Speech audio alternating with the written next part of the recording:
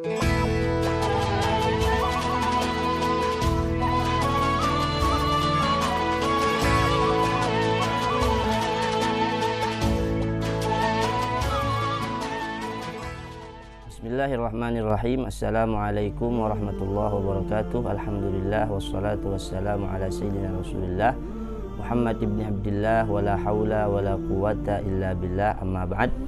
Berjumpa kembali dengan kami. Kita akan melanjutkan pembahasan kita tentang sunnah-sunnah di bulan Ramadan. Bagi yang belum menonton, silahkan tonton video yang sebelumnya karena sudah kita baca banyak di antara sunnah-sunnah puasa dan sunnah-sunnah di bulan Ramadan. Sekarang kita akan melanjutkan pembacaan kita yang kemarin. Bismillahirrahmanirrahim. Al-iktsar minal a'mali salihah. Dan termasuk sesuatu yang dianjurkan untuk kita lakukan di bulan Ramadan yang mulia adalah memperbanyak mengerjakan amal-amal saleh atau amal-amal baik.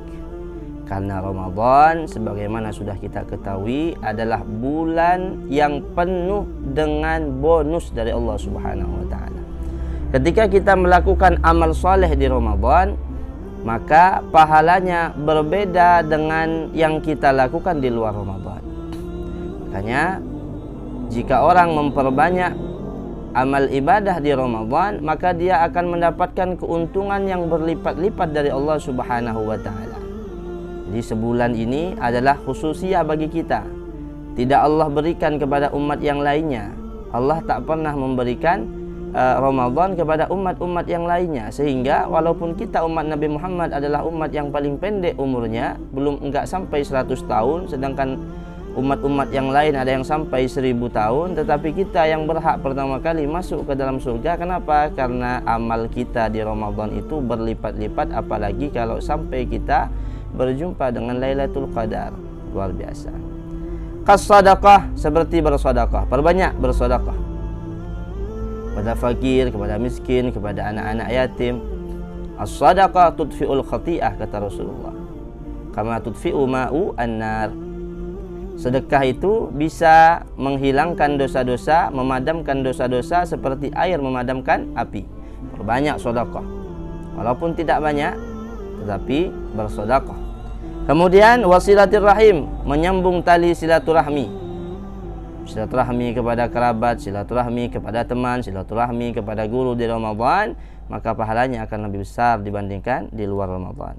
Wa hudur majlisil ilm, apalagi hadir di majlis ilmu. Jika hadir majlis ilmu di luar Ramadan, pahalanya sangat besar, apalagi kita hadir majlis ilmu di Ramadan. Hadir pengajian, hadir kultum, pokoknya intinya pengajian ilmu yang bisa menambah ilmu kita, yang bisa menambah pengetahuan kita tentang agama, yang bisa menambah pengetahuan kita tentang puasa, tentang sholat dan lain semacamnya. Hadiri majlis-majlis seperti itu. Wal i'tikaf, dan i'tikaf di masjid. Nah, dianjurkan juga kita untuk beriktikaf di masjid. Wal i'timar wal iqbal 'ala Allah bihifdzil qalbi wal jawarih, dan menghadap Allah Subhanahu wa taala dengan menjaga segala anggota tubuh kita dan hati kita. Dijaga hati kita dari hasud, dijaga hati kita dari su'dzan, dijaga hati kita daripada dengki, benci dan lain semacamnya. Begitu juga anggota tubuh kita yang lainnya juga kita jaga. Mata kita dijaga, telinga dijaga, tangan dijaga, lisan dijaga. Jadi semua dijaga supaya kita mendapatkan fadilah daripada puasa tersebut dan fadilah daripada bulan Ramadan tersebut. Wad da'awat al-ma'thurah, dan dianjurkan pula kita untuk memperbanyak berdoa dengan doa-doa yang telah diajarkan oleh Rasulullah sallallahu alaihi wasallam. Banyak berdoa kepada Allah karena bulan Ramadan adalah bulan ijabah. Kemudian selanjutnya tahari al-iftar ala halal. Harus menjaga makanan kita ketika berbuka daripada makanan-makanan yang haram. Harus makan makanan yang halal. Apa guna kita puasa? 12 jam kita menahan lapar dan haus. Tetapi ketika berbuka, kita berbuka dengan makanan-makanan yang haram, maka tak akan ada gunanya. Tak ada nilainya di sisi Allah Subhanahu wa taala. Orang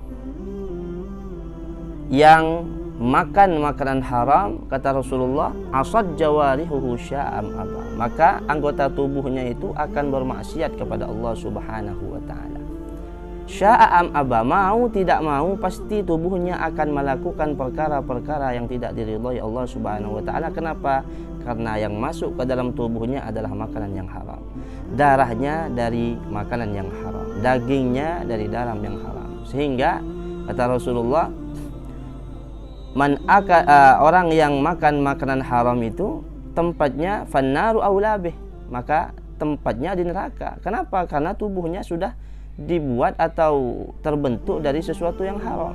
Darahnya dari sesuatu yang haram, dagingnya dari sesuatu yang haram. Jadi apalagi dalam keadaan berpuasa. Wa ta'atun mimman haraman ya'kulu mithlul bina'i fawqa mawjin yuj'alu. Kata Imam Ibn Ruslan, ketaatan yang dilakukan oleh orang yang memakan makanan haram sama seperti orang yang membangun bangunan di atas gelombang. Ketika dia membangun kena gelombang habis, ketika dibangun kena gelombang habis. Maksudnya apa? Amal ibadahnya sia-sia, kerja kerasnya sia-sia. Kenapa? Karena yang dimakan adalah makanan-makanan yang haram. Lebih-lebih puasa, mari kita jaga jangan sampai apa yang masuk ke dalam tubuh kita adalah makanan-makanan yang haram, makanan-makanan yang syubhat. Karena itu akan membuat semua amal kita sia-sia. Kita cuma akan dapat lapar dan haus saja. Nah, jadi jaga, apalagi sampai ngasih istri kita, anak kita sesuatu yang haram. Kemudian selanjutnya at-tausi'ah 'alal 'iyal. Tausi'ah 'alal 'iyal, meluaskan atau memperbanyak nafkah kepada keluarga di Ramadan.